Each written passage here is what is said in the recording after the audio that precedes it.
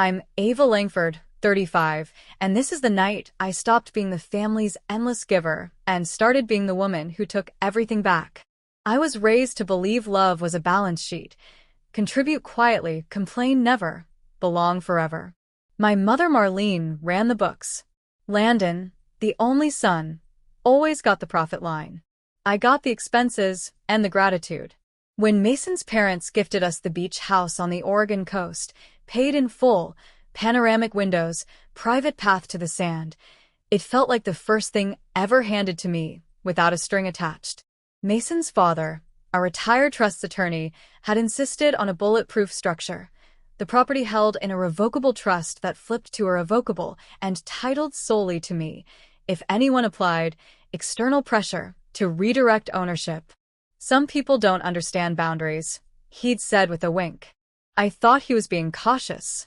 He was being prophetic. The rehearsal dinner was at a cliffside restaurant. Twinkle lights, ocean view, the whole dream sequence. I'd spent months coordinating while quietly covering Landon's latest can't-miss startup that had already missed twice. Marlene waited until the salmon course to stand, glass aloft, eyes misty with rehearsed emotion. As mother of the bride, I have wonderful news. The Langfords have generously agreed to let Landon use the beach house while he rebuilds. Family takes care of family. Landon lifted his glass in victory. Guests cooed, waiting for my grateful smile. Mason stood first. The room quieted instinctively. He has that effect in courtrooms and apparently at dinner. Actually, he said, voice warm but edged with steel, there's a small clarification. Marlene's smile wavered. Mason, sweetheart, it's all settled. It just became unsettled, he replied. His father rose, producing a slim folder, like a magician revealing the final card.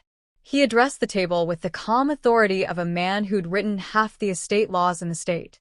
The beach house is protected by a trust one drafted. Any attempt to coerce, publicly pressure, or reassign ownership triggers immediate conversion to a revocable status, titled exclusively to Ava, free of outside claims. He slid the highlighted clause across to Marlene. Your announcement qualifies as public pressure. The conversion activated, he glanced at his watch. 4 minutes ago. Marlene's glass slipped, splashing Chardonnay across the white tablecloth like a surrender flag. Landon's smirk died. My father stared at his salad. I finally spoke, soft, steady, louder than any scream. You assumed I'd agree because I always have. Tonight you learned the word no was always in my vocabulary. I was just waiting for the right moment to use it. Marlene tried indignation. This is our family tradition. No, I said. It's my home. And you just forfeited any invitation to it. Landon stammered, Ava, be reasonable. Mason's voice sliced clean. Reasonable is what she's been for 15 years. Tonight is justice. The room exhaled as one. Mason's parents smiled, small, proud. My father looked down. Marlene sat hard, mouth opening and closing without sound. We left before the sorbet. 6 months later the beach house is ours alone. Windows open to salt air, mornings with coffee on the deck, evenings with waves instead of excuses. Marlene sends holiday cards with generic messages. Landon's startup imploded without my silent bailouts. They sold the family condo. I still run my marketing agency, but every client contract now has boundaries in bold.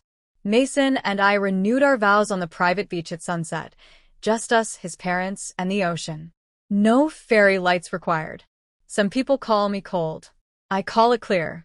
Because the moment my mother tried to regift my future to someone else, she handed me the only thing I'd ever truly needed. Proof that protecting my peace wasn't selfish.